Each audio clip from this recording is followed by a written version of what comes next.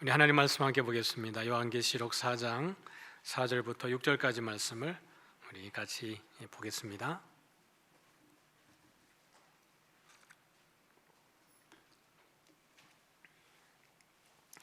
네, 새 구절이니까요. 같이 한 목소리로 읽겠습니다. 또 보좌에 둘려 24 보좌들이 있고 그 보좌들 위에 24 장로들이 흰옷을 입고 머리에 금관을 쓰고 앉았더라. 보좌로부터 번개와 음성과 우레소리가 나고 보좌 앞에 켠 등불 7이 있으니 이는 하나님의 7 영이라. 보좌 앞에 수정과 같은 유리바다가 있고 보좌 가운데와 보좌 주위에 4 생물이 있는데 앞뒤에 눈들이 가득하더라. 아멘. 네, 오늘은 보좌 주변을 좀 봐야 되겠네요. 오늘 여러분들이 구절을 이제 읽으시면서 입에 계속 반복되는 단어들이 어떤 거냐면 보좌라는 거죠. 4절에도 보니까 또 보좌에 둘려, 그 보좌 주변에 어떤 보좌들이 있어요? 24 보좌들이 있고 하나님의 보좌 주변에 24개의 보좌가 있고 그 24개의 보좌 위에 24 장로들이 앉아 있는 그림입니다. 5절에 보니까 보좌로부터 번개와 음성과 우레소리가 나고 보좌 앞에 뭐가 있어요? 켠 등불 7이 있고. 얘기해 주세요. 괜찮아요. 그 다음에 6절에 보니까 보좌 앞에 무엇이 있죠? 수정과 같은 유리바다가 있고요. 보좌 가운데와 보좌 주위에 뭐가 있어요? 네 생물이 있습니다. 그러니까 보좌 주변의 내용들을 오늘 함께 볼 텐데 5절은 다음에 제가 기회가 되어지면 또 다루도록 하고, 오늘 주요하게 보는 내용은 4절과 6절 전반부, 네 생물은 다음에 또 다음 주에 다루도록 그렇게 하겠습니다. 오늘 4절을 보면 보좌가 몇 개 있다고요? 24개 보좌가 있고 24 장로가 있는데, 이 성경 구절을 볼 때 우리가 궁금한 것은 24 장로는 도대체 이 24명은 어떤 의미가 있는 걸까? 성경을 읽으면서 특별히 이제 계시록에는 상징들이 많이 포함이 되어 있으니까요. 12도 나오고 7도 나오고 3도 나오고 24가 나오는데, 이 24개라고 하는 것은 어떤 의미가 있는 걸까? 이제 우리가 좀 봐야 됩니다. 근데 이제 성경을 보면서 우리가 주의해야 되는 것은 성경 자체적으로 성경 내에서 텍스트 안에서 해석하지 않는 것을 너무 무리하게 해석하려고 하면 이게 이제 좀 위험해지는 거죠. 알레고리가 될 수도 있고 또 자의적인 해석이 될 수 있기 때문에 여러 가지 성경은 항상 성경으로 풀어가고 우리가 명확한 답을 얻을 수 없을 때는 성경이 말하는 범주 안에서 충분히 은혜가 주어지기 때문에 거기까지 머무는 것이 가장 좋습니다. 자, 24 장로에 대한 그 근거를 좀 모티브를 저희들이 보려고 하면, 먼저 신학자들의 입장에서 보면 역대상 24장에 다윗이 제사장들을 세웠는데 하나님의 성전을 섬기고 하나님의 일들을 맡기기 위해서 제사장들을 세웠습니다.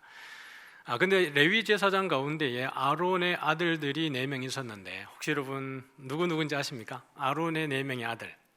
나답은 제가 알려드리겠습니다. 나답 하면 나오는 거 아비후. 근데 나답과 아비후는 어떻게 되었어요? 광야에서 죽었죠. 잘못된 불을 들이다가 이미 죽었습니다.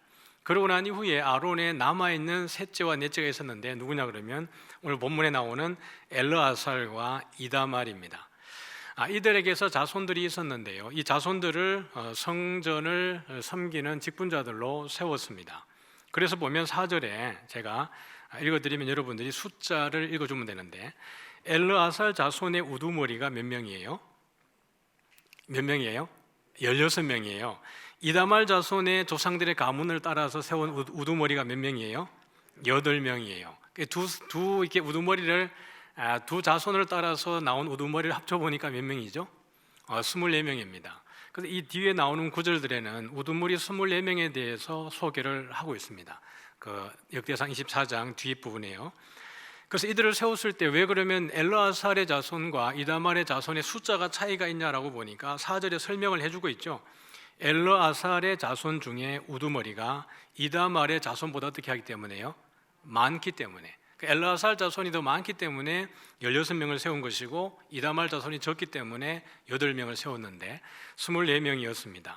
5절에 보니까 이에 제비 뽑아 피차에 무엇이 없이 차등 없이 나누었는데 이는 시작 성전의 일을 다스리는 자와 하나님의 일을 다스리는 자가 이 가운데서 나오는 겁니다.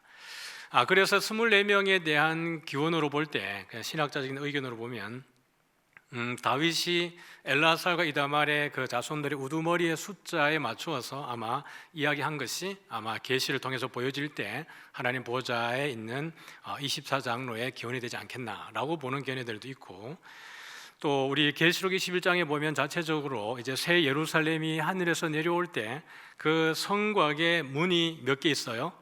12문이 있습니다. 동서남북으로 해가지고 3개의 문들이 있는데 12문 위에 여러분 누구의 이름이 기록이 되어져 있나요? 이스라엘 자손 12지파의 이름이 12문 위에 기록이 되어져 있는 거예요.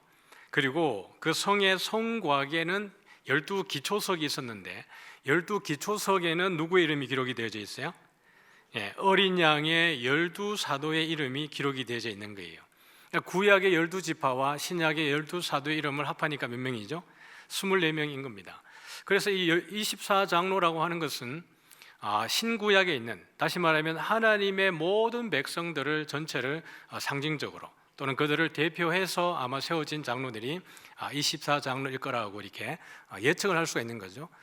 계시록 안에서는 왜 24명인지를 말하고 있지 않으니까요. 그래서 충분히 그것이 우리에게 납득이 되어지는 겁니다.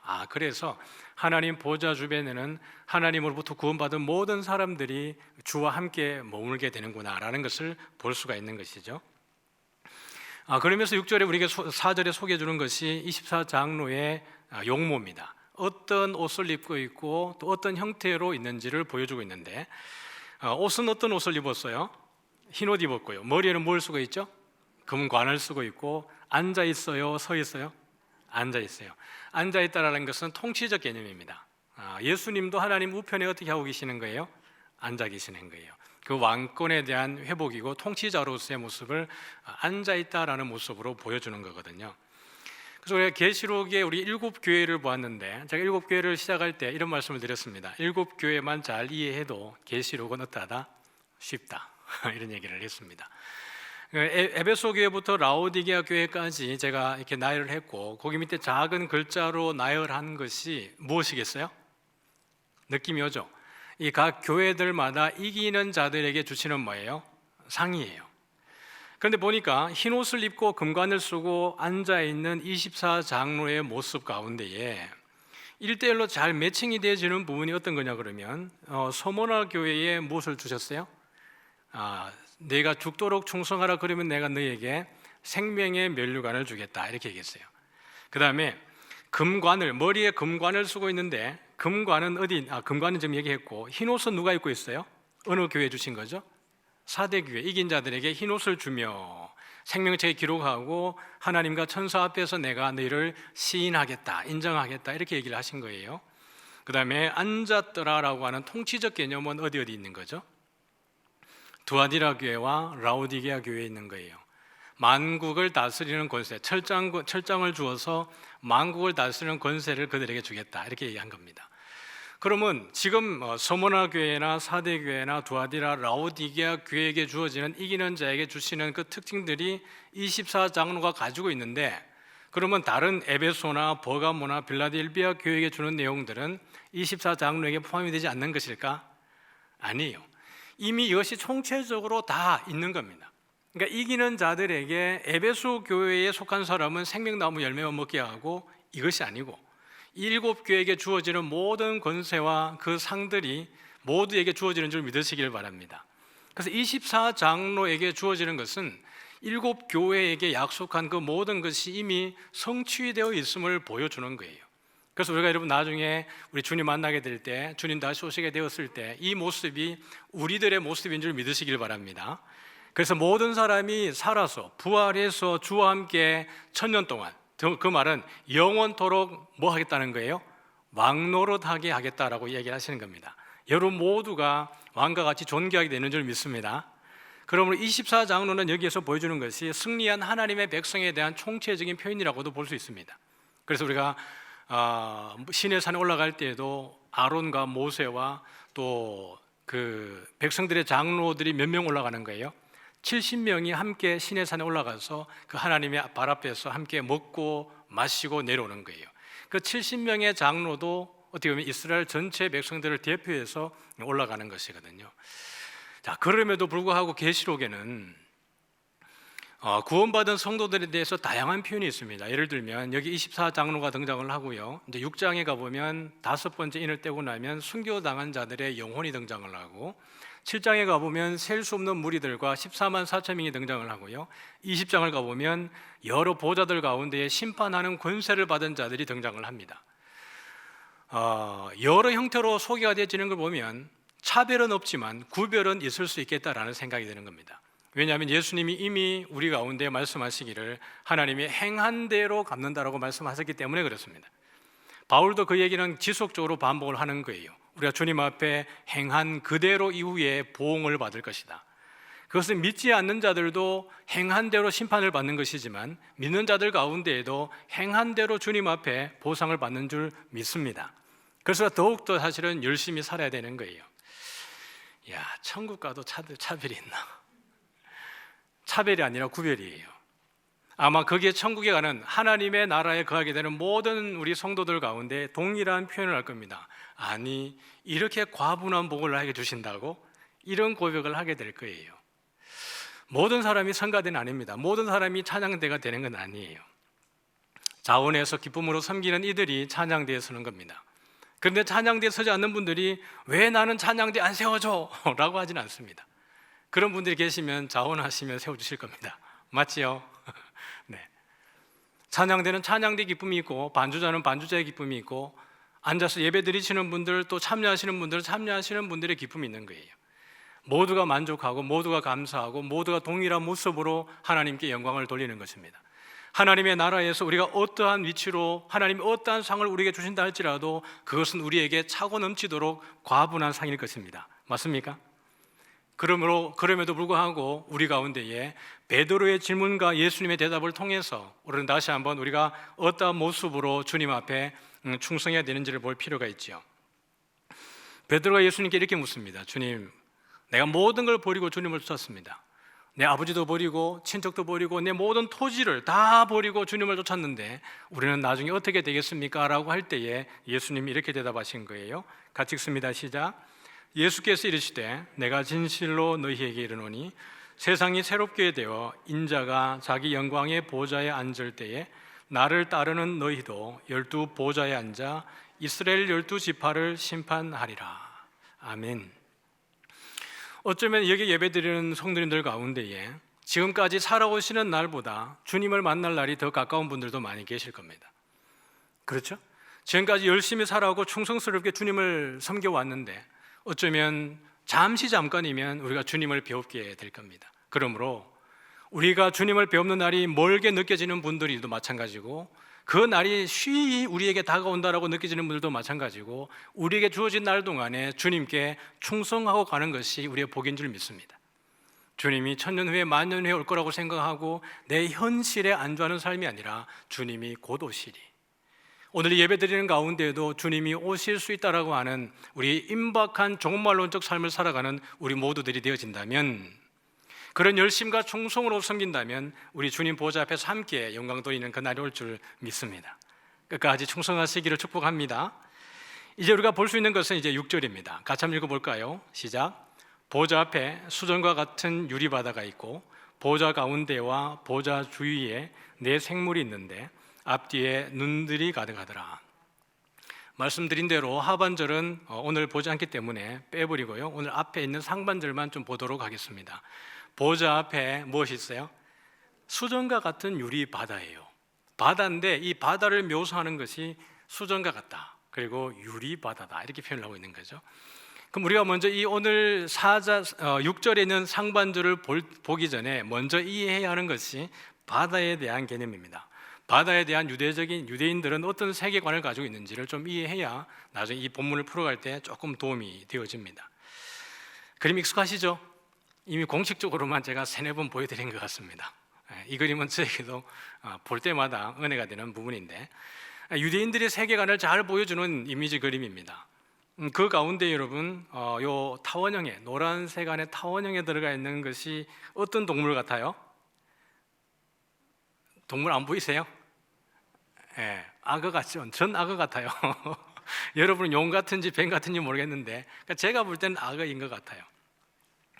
하나님은 하늘에 계시고 이 땅에 우리가 사람들이 살고 있고 악의 존재는 어디에 거한다고 생각하고 있냐 그러면 바다 깊은 곳에 거하고 있다고 이들은 생각을 하고 있습니다. 그래서 이것을 나타내는 단어가 탄닌이라고 하는 단어입니다. 창세기 1장 21절에 보면 하나님이 바다 가운데에 큰 짐승을 창조하셨는데 그 큰 짐승을 나타낼 때 단어가 탄닌입니다. 근데 영어를 보면 이 탄닌에 대한 영어적 해석이 뭐죠? 드래곤입니다. 용이고 서펀트, 용은 뱀입니다. 웨일이면 이게 뭐죠? 고래인데 고어로는 보면 고어에는 이 고래라고 하는 단어가 거대한 몸집을 가진 어떤 존재를 이야기합니다. 그것이 사람이든지 짐승이든지. 그리고 우리 고래라고도 할 수 있지만 고대 언어로 보면 이것은 큰 짐승입니다. 그 다음에 마지막에 보니까 뭐죠? sea monster입니다. 바다 괴물이에요. 그래서 구약에 나오는 이 탄닌이라고 하는 단어의 용례를 살펴보면 이것이 전부입니다. 나온 단어들이 바다 짐승이다, 뱀이다, 그 다음에 바다 괴물이다, 용들, 그 다음에 뭐죠? 큰 뱀, 악어 이렇게 등장을 하고 있는 거예요. 그래서 이들이 생각할 때, 유대인들이 생각할 때는 이것이 악어가, 그 다음에 큰 뱀이, 용이 거하는 곳은 어디라고요? 바다 깊은 곳이라고 생각을 하고 있습니다. 이걸 좀 더 선명하게 보여주면 The Great Deep입니다. 가장 큰 깊음 가운데에 탄닌이 머물고 있다고 생각을 하는 거예요. 그래서 이따가 이들이 이 바다에서 올라와서 하나님을 대적하고 하나님의 백성과 싸운다고 생각을 하고 있는 거예요. 계시록 12장과 13장에 가보면 12장에는 하늘의 용이 등장을 합니다. 용이 미가엘과 미가엘의 천사들과 싸워서 그들이 내쫓김을 당하고 공중으로 내쫓김을 당하는 거예요. 그래서 땅으로 내려와서 그들이 통치하는 영역이 어디예요? 이 공중 권세를 잡고 있는 겁니다. 그래서 우리에게 하나님을 믿지 못하도록 하나님을 비방하고 하나님을 대적하도록 하는 것이 공중 권세 잡은 자들이에요. 근데 용이 누구에게 권세를 주냐 그러면 바다에서 올라오고 땅에서 올라오는 짐승들에게 권세를 위임하는 겁니다. 꼭 성부가 성자와 성령과 함께 교제하는 것처럼 용은 짐승들과 함께 교통하고 있는 것을 보여주는 거예요. 이 내용을 지금 여러분이 보고 있는 이 그림의 내용을 잘 설명하고 있는 것이 계시록 13장 1절입니다. 지금 우리는 유대인의 세계관 속에 바다에 대한 이미지를 보고 있는 겁니다. 우리가 같이 한번 읽어보겠습니다. 시작. 내가 보니 바다에서 한 짐승이 나오는데 뿔이 여리요 머리가 7이라. 그 뿔에는 10 왕관이 있고 그 머리들에는 신성 모독하는 이름들이 있더라. 짐승이 어디에서 올라와요? 바다에서 올라오는 거예요. 유대인의 세계관 속에 이 올라오는 짐승은 뒤에 보라색으로 표현되어 있지만 어떤 이들이에요? 신성 모독하는 이름들을 가진 짐승들입니다. 그러니까 용, 악어, 큰 뱀, 거대한 괴물 이런 것들이 바다에서 올라오는 거예요. 이건 계시록 13장에서 우리에게 보여주는 내용인데요. 다니엘서도 가보면 다니엘이 환상을 봅니다. 환상을 보는 가운데에 우리 2절을 같이 한번 읽어볼까요? 시작. 다니엘이 진술하여 이르되 내가 밤에 환상을 보았는데 하늘에 네 바람이 큰 바다로 몰려 불더니, 네 바람이라고 하는 것은 동서남북 사방에서 부는 바람입니다. 그러니까 천지 온 곳에서 다 바람이 크게 일어나가지고 바다로 몰려들었어요. 3절요. 시작. 큰 짐승 넷이 바다에서 나왔는데 그 모양이 각각 다르더라. 바다에서 짐승이 몇 개가 올라와요? 네 종류의 짐승이 올라오는 거예요. 근데 그 짐승들의 종류를 보니까요 모양이 다르더라 그랬는데 어떤 짐승들이 올라온다고요? 사자, 곰, 표범, 그 다음에 무섭고 놀라운 짐승이라고 하는 네 종류의 짐승이 올라오는 거예요. 여러분, 근데 다니엘이 이 짐승들에서 해석을 해주었습니다. 사자는 이 사자, 그 곰, 표범, 이 사납고 무서운 짐승들은, 놀라운 짐승은 무엇을 나타내고 있냐 그러면 나라, 제국들에 대한 상징이에요. 그러면 여러분, 여기 사자는 어떤 나라일까요? 바벨론이에요. 그 다음에 곰은요? 메대와 바사예요. 이거 제가 푸는 게 아니라 다니엘서에 다니엘이 풀어주고 있는 내용이니까요. 여러분 보시면 돼요. 그 다음에 표범은 어디예요? 헬라예요. 표범에 날개가 달렸는데 이 전 세계를 아주 빠른 속도로 정복했던 알렉산더에 대한 이야기예요. 헬라 제국이에요. 그 다음에 나오는 무섭고 놀라운 짐승은 어디일까요? 로마예요. 그러니까 네 개의 제국에 대한 그 환상을 이 네 가지 짐승으로 보았는데 이것이 어디에 올라온다고요? 바다에서 올라와요. 하나님을 대적하는 세력이죠. 자, 이 부분을 보면서 우리는 그러면 이 악의 출처로서 가장 많이 등장하는 것이 어디냐 그러면 바로 우리가 잘 알고 있는 홍해입니다. 홍해는 누가 건넌 것이에요? 이스라엘 백성들이 출애굽할 때 건넜던 것이 홍해입니다. 근데 그들이 생각할 때 홍해 안에는, 이 큰 바다 안에는 누가 살고 있다고 생각하는 거예요? 용이 살고 있고 악어가 살고 있고 큰 괴물이 살고 있는 곳으로 묘사하고 있습니다. 그래서 하나님이 이스라엘 백성들을 이끌어낼 때 바다를 건너는 것, 홍해를 가르는 것은 자연적 현상으로서 홍해를 가르는 게 아니라 그것보다 더 근본적으로 악에 대한 하나님의 심판이라고 묘사하고 있는 거예요. 같이 한번 읽어보겠습니다. 제가 9절을 읽을 테니까 여러분들이 10절을 읽어주면 됩니다. 여호와의 팔이여 깨소서 깨소서 능력을 베푸소서 옛날 옛시대에 깨신 것 같이 하소서 라합을 점이시고 용을 찌르시니가 어찌 주가 아니시며 10절 시작 넓고 깊은 물을 말리시고 바다 깊은 곳에 길을 내어 구속받은 자들을 건너게 하시니가 어찌 주가 아니시니까.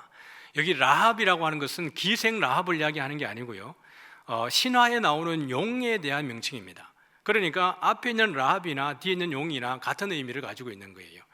그런데 라합을 점이시고 용을 찔렀다라고 이야기하고 있는데 10절에 보니까 무엇을 말리고 계세요? 바다를요. 바다를 넓고 깊은 물이라고 표현을 했죠. 그 다음에 바다 깊은 곳에 무엇을 내고 있어요?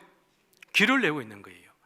그런데 이것을 그냥 바다를 말리고 길을 내는 것을 다르게 표현하는 게 아니라 라합을 점이시고 용을 찔렀다라는 것과 대칭을 이루고 있는 겁니다. 자연적 현상일 뿐만 아니라 하나님을 대적하는 세력에 대한 하나님의 심판임을 보여주는 거예요. 시편에서 조금 더 우리가 이 내용에 대해서 구체적으로 볼 수 있는데 제가 12절을 읽고 여러분이 13절을 읽겠습니다. 하나님은 예로부터 나의 왕이시라 사람에게 구원을 베푸셨나이다. 시작. 주의 능력으로 바다를 나누시고 물 가운데 용들의 머리를 깨뜨리셨으며 14절입니다. 리워야단의 머리를 부수시고 그것을 사막에 사는 자에게 음식물로 주셨으며. 여기 보면 리워야단이라고 하는 그 단어 밑에 여러분의 성경을 가지고 계시면 풋노트로 돼가지고 아마 악어로도 볼 수 있음이라고 기록이 되어 있을 겁니다. 그 악어에 대한 이야기예요. 그러니까 하나님이 바다를 나누시고 물 가운데를 길을 내셨는데 이것을 시편에서는 뭐라고 표현했냐 그러면 누구의 머리를 깨뜨린 거예요? 용들의 머리를 깨뜨렸다고 생각을 하고 있습니다. 왜 그런 생각을 하고 있냐 그러면 바다에는 누가 살고 있어요? 탄닌이 살고 있으니까 그래요. 큰 뱀이, 용들이, 거대한 괴물이 살고 있는데 하나님이 지나갈 때 이 홍해를 가르는 것은 그들을 파멸했다는 이야기를 하고 있는 겁니다. 그래서 홍해 이퀄 뭐냐 그러면 여러분 애굽입니다. 제가 설명을 해드릴게요.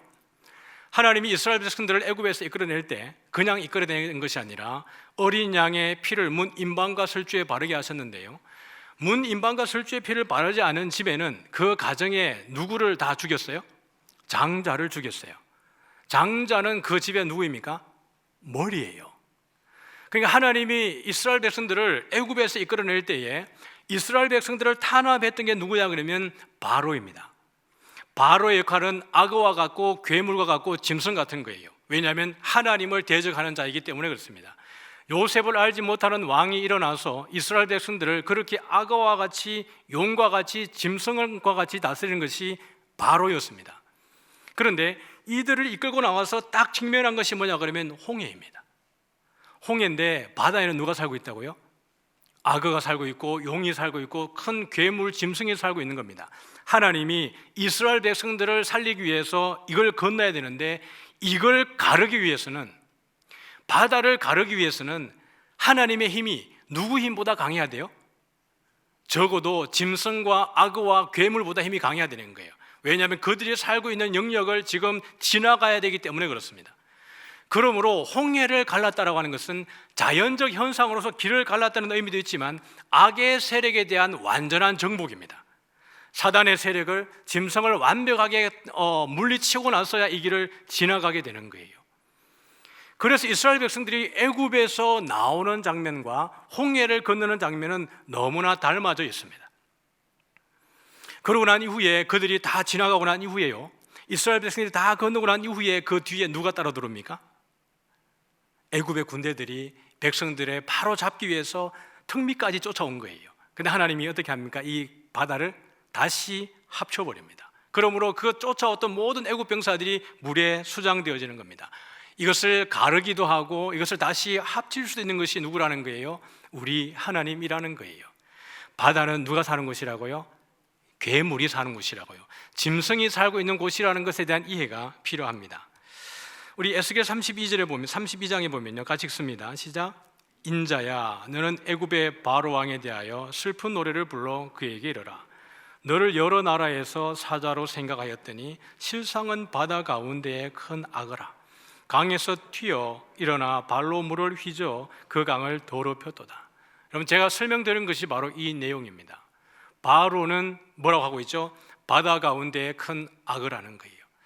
그러므로 하나님이 그 바다를 갈리시면서 용의 머리를 깨뜨린 것, 용이 누구라고요? 탄닌이라고요. 큰 악어가 뭐라고요? 탄닌이라고요. 그러니까 동일한 말을 하고 있는 겁니다. 하나님이 용들의 머리, 악어의 머리를 깨뜨린 것처럼 누구의 머리를 깨뜨린 거예요? 바로의 장자를 깨뜨리고 바로의 머리를 깨뜨려서 그 백성들을 이끌어내는 거예요.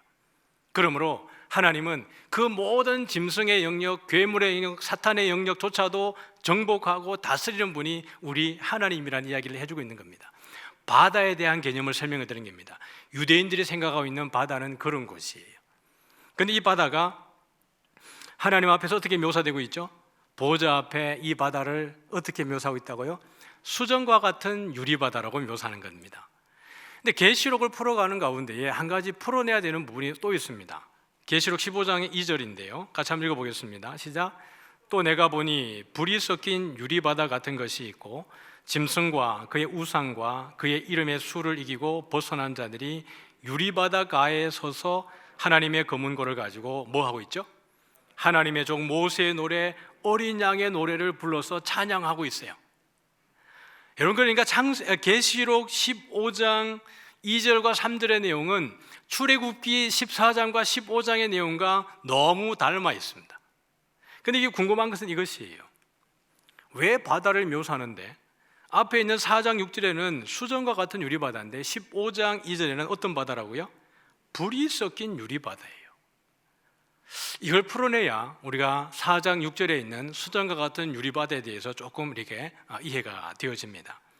그러나 결국에는 이 불이 섞인 유리바다에서 이 모든 시험을 당하고 이겨낸 성도들이 하는 그 모양은 뭐냐 그러면 어린 양을 찬양하는 데에 이르러 있습니다. 모세가 홍해를 건너고 난 이후에 여러분 한번 생각을 해보세요.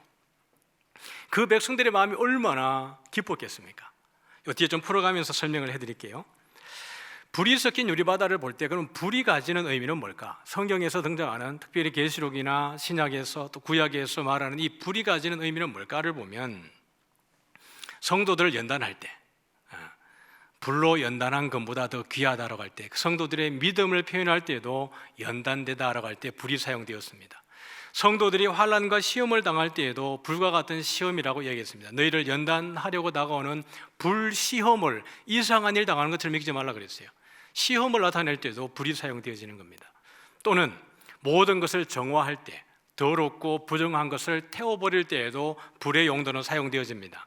베드로후서에서도 마지막에 되면, 끝날에 되면 모든 것이 불에 풀어지듯 하고 녹아서 없어질 것이다 라고 이야기했는데, 그것은 땅이 사라진다는 의미가 아니라 정화적 개념입니다. 근데 오늘 15장 2절에 나오는 불이 섞인 유리바다 같은 것의 불의 의미는 뭐죠? 하나님의 심판입니다. 우리 14장 한번 읽어볼게요. 시작. 그도 하나님의 진노의 포도주를 마시리니 그 진노의 잔에 섞인 것이 없이 부은 포도주라. 거룩한 천사들 앞과 어린 양 앞에서 불과 유황으로 고난을 받으리니, 자, 여기에 어디에 고난을 받는다고요? 불과 유황으로 고난을 받는데 어떤 사람들이 그 고난을 받냐 그러면 우리 11절의 초록색입니다. 시작. 짐승과 그의 우상에게 경배하고 그의 이름표를 받는 자는 불과 유황에 던져져서 영원히 쉼을 얻지 못하는 거예요. 안식이 없이 영원한 심판 가운데 던져지는데 어디에 던져진다고요? 불과 유황으로 던져지는 거예요. 그러므로 불이 섞인 유리바다 같은 것이라고 하는 것은 하나님의 심판이 이루어지는 현장입니다. 이 모티브가 다니엘서에 나와요. 같이 읽어봅니다. 시작. 불이 강처럼 흘러 그의 앞에서 나오며 그를 섬기는 자는 천천히요 그 앞에 모셔 선 자는 만만이며 심판을 베푸는데 책들이 펴놓였더라. 옛적부터 항상 계시니까 성부 하나님이 앉아 계시는데 그분의 왕좌 앞에, 보좌 앞에 여러분 불이 무엇처럼 흘러요? 불이 강처럼 흘러가요. 근데 보좌 앞에 여러분 펼쳐져 있는 것이 무엇입니까? 심판을 베푸는 책이 놓여져 있어요. 성부 하나님이 성자 하나님에게 이 모든 심판의 권세를 다 위임을 하십니다. 근데 11절에 보니까요, 우리 그때에 내가 작은 뿌리 말하는 큰 목소리로 말미암아 주목하여 보는 사이에 시작. 짐승이 죽임을 당하고 그의 시체가 상한 바 되어 타오르는 짐승이 어떻게 돼요? 마지막에 죽임을 당하고 어디에 던져집니까? 타오르는 불에 던져지는 거예요. 원래 바다는 누가 가는 곳이에요? 짐승들이 거하는 곳입니다. 그런데 그들이 나와서 하나님을 대적하고 하나님을 믿는 사람들을 대적하고 핍박하고 환난을 끼치지만 결국 그들이 나온 곳으로 돌아가는데 그 돌아갈 때의 모습은 무엇입니까? 철저한 심판입니다. 하나님의 철저한 파멸만이 그 짐승들에게 주어지는 것이에요. 그러므로 여러분, 불이 섞인 유리바다 같은 것에 대해서 그것이 나중에는 결국에는 무엇이 되는 거예요? 수정 같은 유리바다가 되어지는 것입니다. 다시 말하면 더 이상 모든 것이 승리하고 완성되어지고 난 이후에 하나님 보좌 앞에 더 이상 불이 섞인 유리바다가 필요합니까? 필요 없습니까? 필요 없는 거예요. 모든 심판이 끝나고 나면 그 앞에는, 하나님의 보좌 앞에서는 더 이상 죄가 머무를 곳이 없습니다. 하나님의 영광만이 그 발 앞에 청옥을 편듯하더라 그랬어요. 하나님을 배웁고 마실 때 그 발 앞에 보니까 청옥을 편듯하더라. 하나님의 그 영광스러움만이 거기에 머무는 줄 믿으시길 바랍니다. 거기에 보니까요, 짐승과 그의 우상과 그의 이름의 수를 이기고 벗어난 자들이 이렇게 됐습니다. 지금도 여러분, 우리 코로나뿐만 아니라 우리가 예수 믿는 것에 대해서 어려움을 당하는 이들이 얼마나 많습니까? 환경적으로도 그렇지만 정서적으로, 영적으로 예수 믿는다는 것이 참 어려운 시대를 살아가고 있는 거예요. 예수 믿지 않는 여러 세력들이 예수 믿음에 대해서 얼마나 많은 어려움들을 우리에게 던져주고 있습니까? 여기 보면 짐승과 그의 우상과 그의 이름의 수를 어떻게 하고요? 이기고 벗어난 자들이 어디에 있습니까? 유리바다 가에 서서. 제가 아까 설명드리려 했던 부분을 다시 설명드리겠습니다. 홍해를 건너서 여러분, 그 갈라진, 하나님이 용들의 머리를 깨뜨린 것처럼 그 바다를 갈라서 이스라엘 백성들을 그 마른 땅으로 건너게 했는데요, 뒤에는 지금 이들을 잡기 위해서, 죽이기 위해서 애굽의 병사들이 마차를 타고 중무장을 하고 쳐들어오고 있는 거예요. 여러분, 제일 끝자리에, 제일 먼저 출발한 사람은 모르겠지만 이 무리의 끝자락에 있었던 백성들의 마음이 얼마나 조급했을까요? 지금 한 발만 늦으면 저 병사에게 죽을 수 있는 급박한 상황 속에 놓여 있습니다. 그런데 이 발이 홍해에서 떨어지는 순간 하나님이 어떻게 하는 거예요? 홍해를 다시 덮어버리는 겁니다. 그게 누가 수장되는 겁니까? 모든 애굽의 병사들이 수장되는 거예요. 여러분, 마지막에 그 간발의 차이로 구원받은 그 백성들, 앞에 있는 사람들 마찬가지겠지요.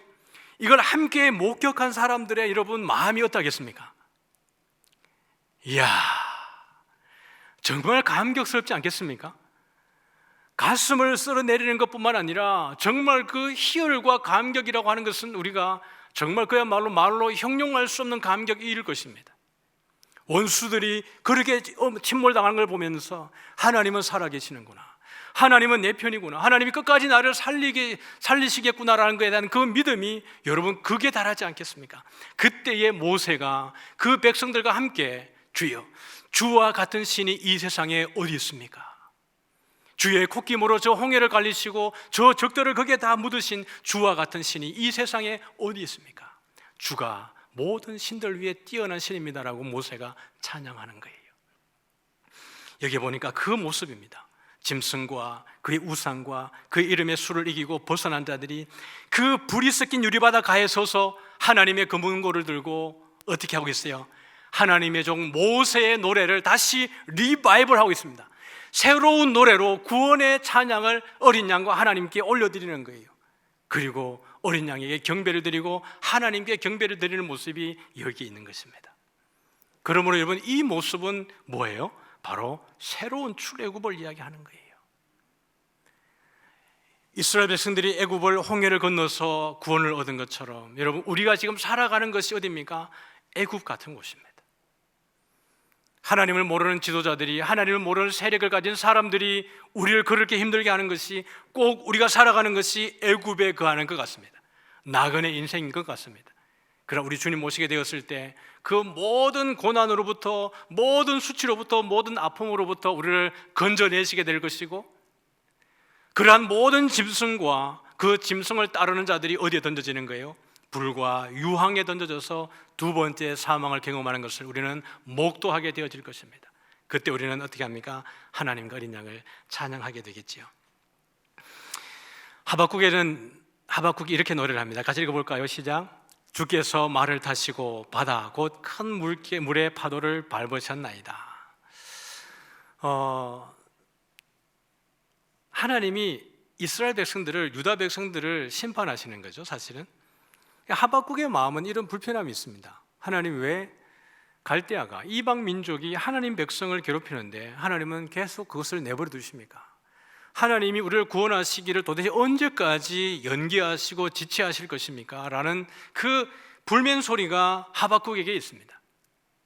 여러분, 하나님이 힘이 없어서 유다를 바벨론에게 넘기는 게 아닙니다.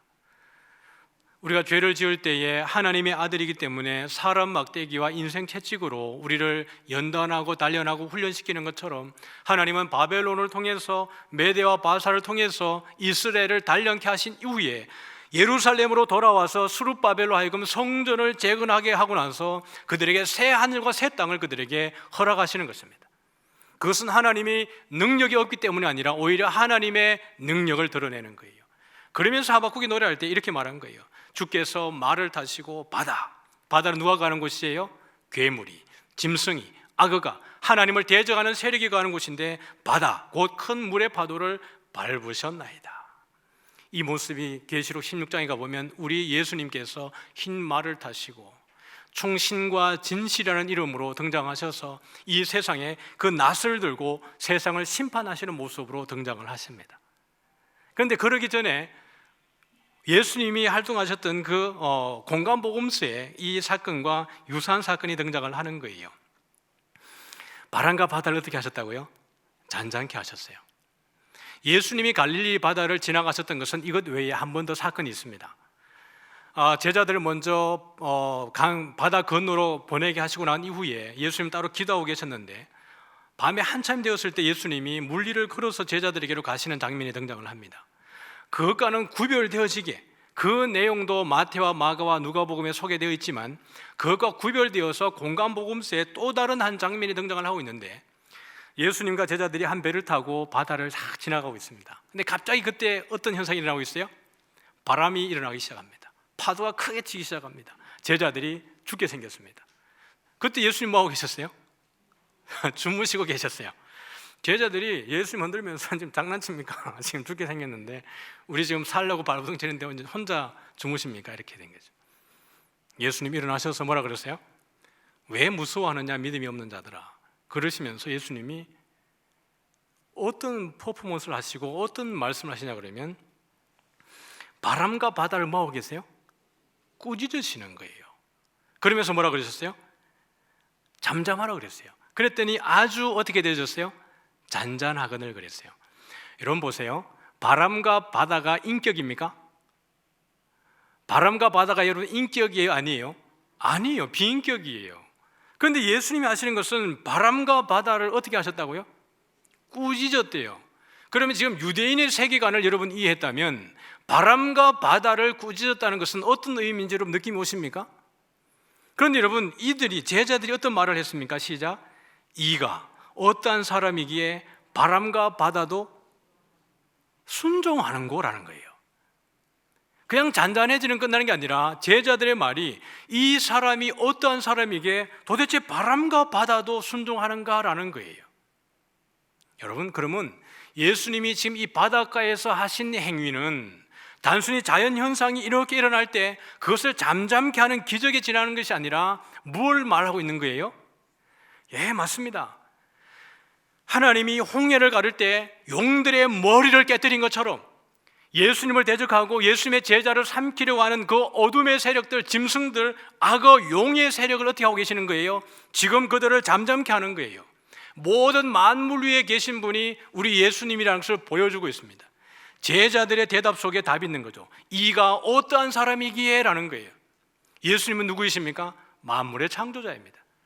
모든 짐승조차도 그들을 깨뜨릴 뿐만 아니라 완전히 진멸하실 수 있는 분이 우리 예수님이라는 거예요. 우리 주님 오실 때 그 일들이 마지막에 벌어질 것이고 짐승과 용과 그 용을 따르고 짐승을 따르는 모든 사람들을 어디에 던지는 거예요? 불이 섞인 유리바다에서 철저하게 심판을 하는 거예요. 그러고 난 이후에 하나님의 보좌 앞에는 어떤 게 있습니까? 수정같이 맑은 유리바다 가운데에서 우리가 하나님과 함께 영원히 즐거워하고 함께 영원히 예배하는 그 날이 이르게 될 것입니다. 말씀 정리하죠. 읽습니다. 시작. 또 그가 수정같이 맑은 생명수의 강을 내게 보이니 하나님과 및 어린 양의 보좌로부터 나와서 길 가운데로 흐르더라. 길 좌우편에 여러 나무들이 자라나게 되고 그 잎사귀는 만국을 치료하는 치료제가 되어질 것입니다. 보좌 앞에 어떤 물이 흘러요? 수정같이 맑은 생명수의 강이 보좌 앞에서 흐르게 되어지는 겁니다. 사랑하는 성도 여러분, 24장로는 어떤 사람이라고요? 짐승과 그 짐승의 모든 수를 따르는 사람들, 위협, 그 모든 것들로부터 이긴 사람들입니다. 그러면 그 24장로는 누굴 나타내는 것이겠어요? 바로 저와 여러분이 24장로와 동일하게 하나님에게 구원받은 자인 줄 믿으시길 바랍니다. 우리를 괴롭히는 모든 악의 세력에 대해서 하나님이 철저하게 심판하실 뿐만 아니라 모세와 그 백성들이 함께 감격에 차서 하나님을 찬양하고 예배하는 것처럼 그날에 우리에게도 그런 감격이 다시 한번 주어지고 하나님의 예배자로 세워질 줄 믿습니다.